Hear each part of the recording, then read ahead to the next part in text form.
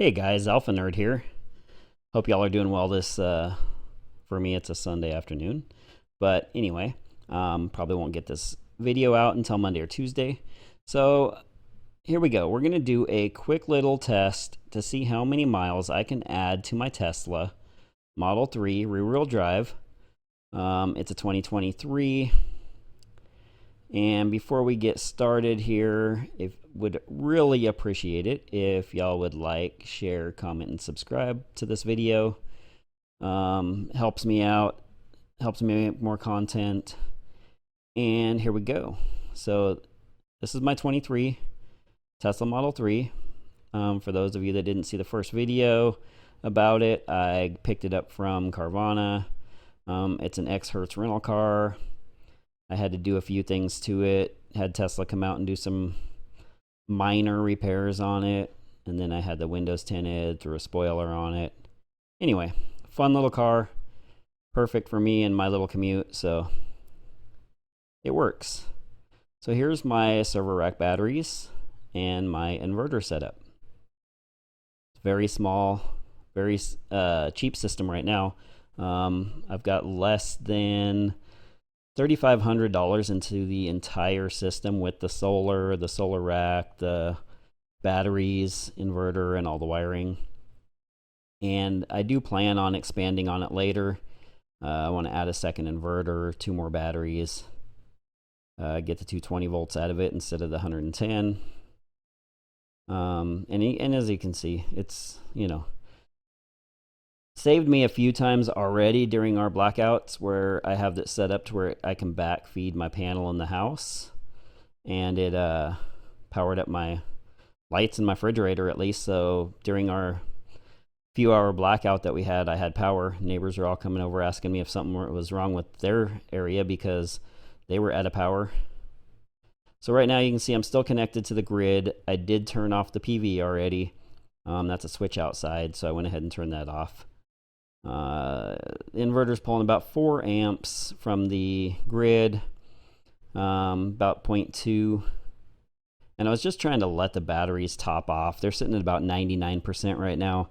I was just trying to get them all the way up to 100. But anyway, a little more about the inverter. The inverters run anywhere between 550 and 750, depends on where you get them and what time of year you get them. There you go. So now we're running 100% off battery, pulling about 2 amps out of the battery. And here's some specs on the unit for anybody that cares. It is a Palmister SunSmart 5000 watt hybrid, meaning you can have grid power, you can have solar power, you can have battery power. Battery charger. Yeah. So it's the all-in-one unit. So let's go and plug in the car before we lose too much more out of the batteries here. And let's get this thing charging. And we'll wait for the green light here. There we go. So it says we're charging. And let's take a look.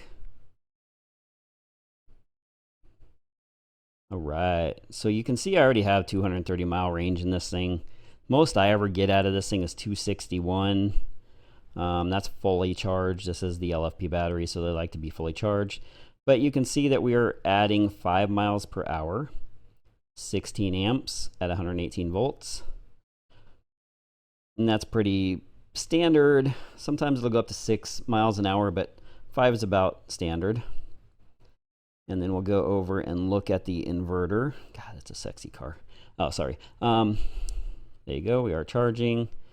And then let's go look at the inverter just to verify some of those same numbers.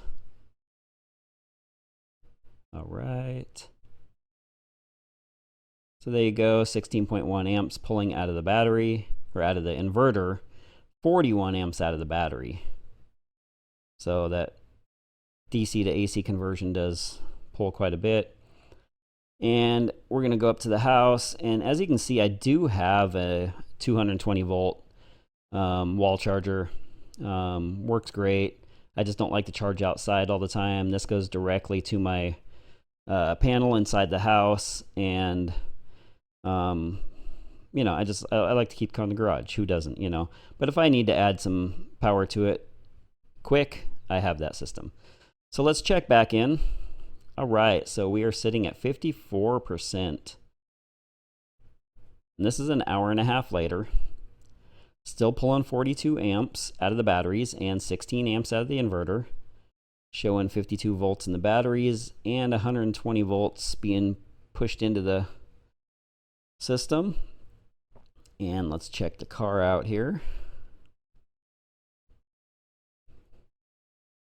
So we have added 14 miles of range to the car so far in about an hour and a half. Still showing that 4 to 5 miles an hour. I probably should have done this test. I'll get into that later, but here we go. An hour and a half later, we're down to 20%. So this is now about 3 hours total. And we are sitting at 51 volts, 120 volts output, 48 amps still, and my lights kicked in, so we are now at 18.1 amps. And let's see what the car is showing us.